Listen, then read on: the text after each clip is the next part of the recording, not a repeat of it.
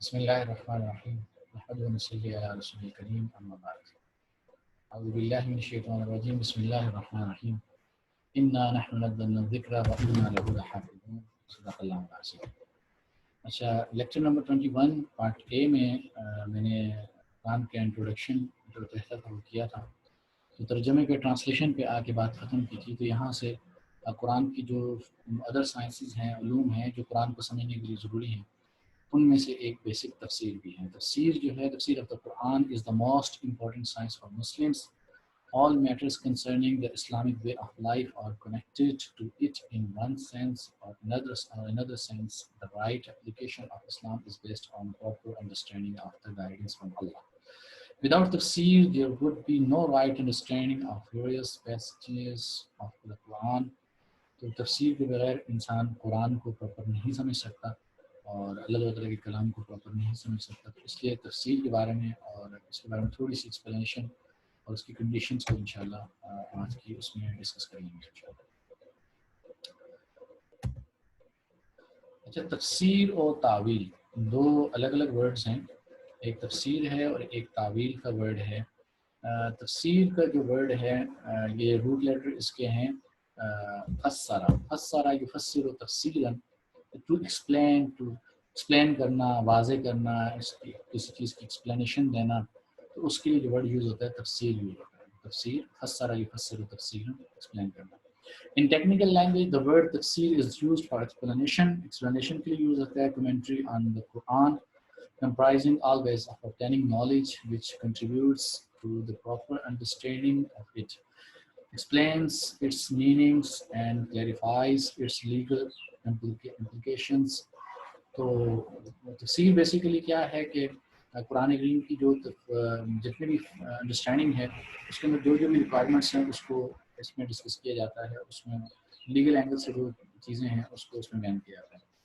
اچھا، تفسیر میں اگر آپ دیکھیں کہ قرآن کے میں نے کل پریویس لیکچر میں جو میں نے آپ سے ڈسکس کیا تھا اس میں پریویس پارٹ میں لیکچر 21 کے، دیکھیں وہ جو لیگل ایشوز ہیں، جو پریکٹیکل ایشوز ہیں جن کو قرآن ڈسکس کرتا ہے، اس سے ریلیونٹ تقریباً 400 پلس میکسیمم 500 آیات ہیں جن میں آپ کی پریکٹیکل جو لائف ہے اس میں جو اسلامک لا جسے کہہ سکتے ہیں، لیگل اینگلز ہیں، اس کو ڈسکس کیا ہے. تو اس کی ایکسپلینیشن پہ بھی تفسیر کی کتابیں ہیں. اس کے علاوہ نصیحت پہ مبنی اور وقت چیزوں پہ مبنی بھی ہیں، اس کی تفسیر کی کتابیں موجود ہیں. اسی طرح یہ تفسیر ہے تو تفسیر the word مفسر، تفسیر کرنے والے کو مفسر کہتے ہیں. اس کی جمع آتی ہے مفسرون یا مفسرین. مفسرین آپ نے نام سنا ہوگا. is the term used for the person doing the تفسیر. جو تفسیر کرتا ہے، جو ایکسپلین کرتا ہے قرآن کو، تو اس کو مفسر کہتے ہیں. اس کے علاوہ دوسرا ورڈ یوز ہوتا ہے تفسیر کے لیے تعویل. تعویل جو ورڈ ہے، the word تعویل which is also used in this connection، اسی کنیکشن کے لیے یوز ہوتا ہے. is derived from the root letter جو ہے اول یعبر تعویلا، اول یعبر تعویلا، کسی چیز کی تعویل کرنا، کسی چیز کی وضاحت کرنا، اس کی جہت کو بیان کرنا. and also means explanation، explain کرنا کے لیے بھی تعویل کا ورڈ یوز ہوتا ہے. In technical language, it is similarly refers to explanation and interpretation of the Quran. یہ بھی تفسیر کے طور پر یوز ہوتا ہے، لیکن بعض علماء نے نا تفسیر میں اور تعویل میں فرق بیان کیا ہے.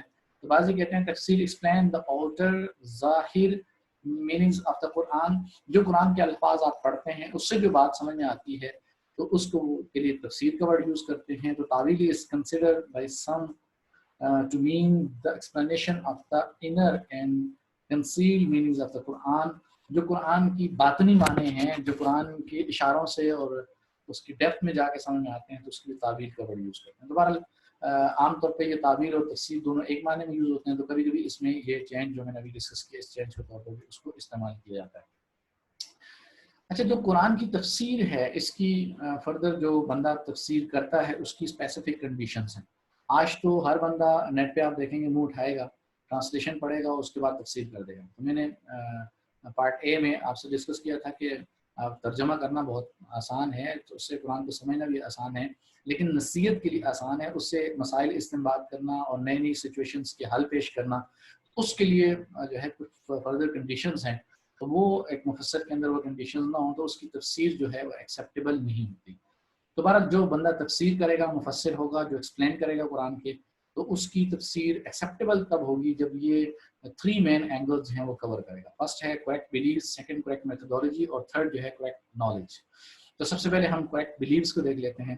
تو کریکٹ بلیفس کیا ہے؟ The proper intention. Correct beliefs میں فرسٹ پوائنٹ جو ہے پراپر انٹینشن ہونی چاہیے، اس کی نیت ٹھیک ہونی چاہیے. تفسیر کرتے وقت نیت یعنی عام طور پہ تفسیر میں جو خرابی پیدا ہوتی ہے وہ تب بہت سارے ریزنز ہیں تفسیر کے اندر خرابی پیدا ہونے کے. اس میں سے ایک ریزن جس کی وجہ سے تفسیر میں خرابی پیدا ہوتی ہے وہ یہ بھی ہے کہ اپنے مسلک کو، اپنے مذہب کو، جو بھی اس کے اپنا چل رہا ہے اس کو پروف کرنے کے لیے تفسیر کر رہا ہوتا ہے. تو قرآن میں کیا کرتا ہے؟ اس کی تعویل کرتا ہے، اپنی مرضی سے اس کی ایکسپلینیشن کرتا ہے تاکہ اپنا مطلب، اپنا مدعا اور اپنی جو بھی چیز ہے اس کو وہ پروف کر سکیں. تو بہرحال یہ ایک بہت بڑا پرابلم آتا ہے تفسیر کے اندر.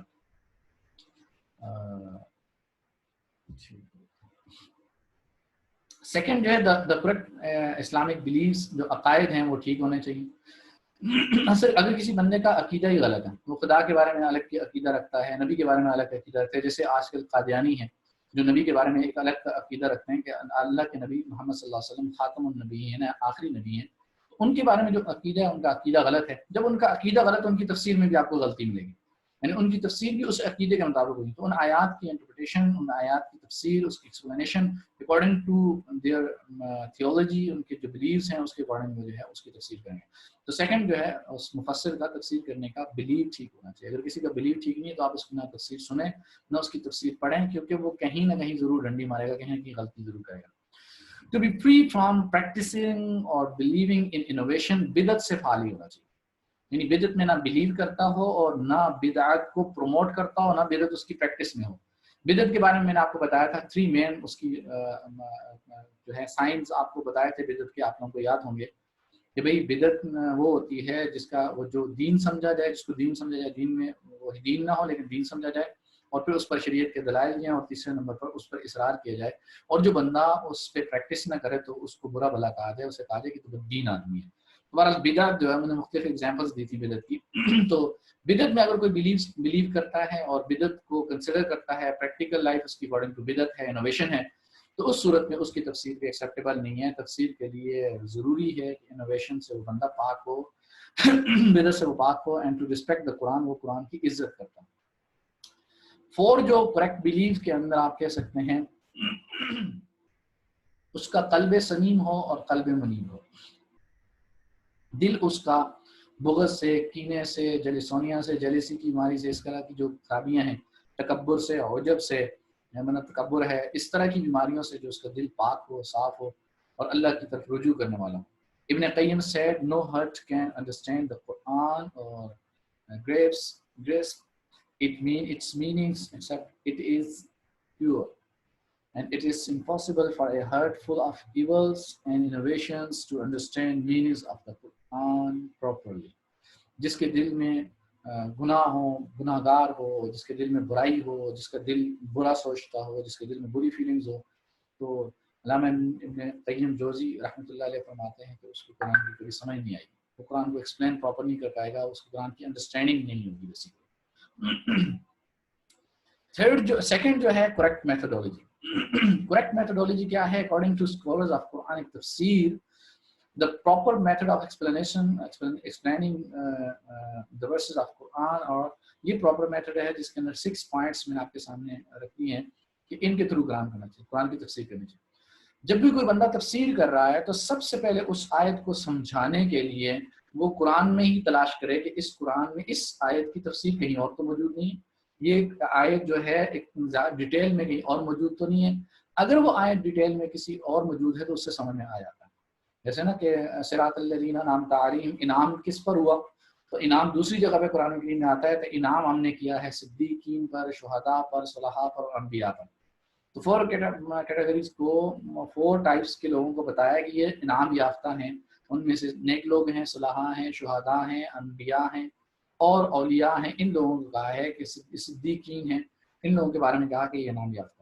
تو بہرحال قرآن کی قرآن جو ہے بعض کی تفسیر کرتا ہے تو سب سے پہلے تفسیر کرتے وقت قرآن ہی سے تلاش کریں، تفسیر of the Quran by Quran. Second جب کوئی بندہ تفسیر کر رہا ہے تو سیکنڈ سورس آف جو ہے نالج تفسیر کے لیے وہ ہے تفسیر آف دا قرآن بائی سنہ آف دا پروفیٹ صلی اللہ علیہ وسلم.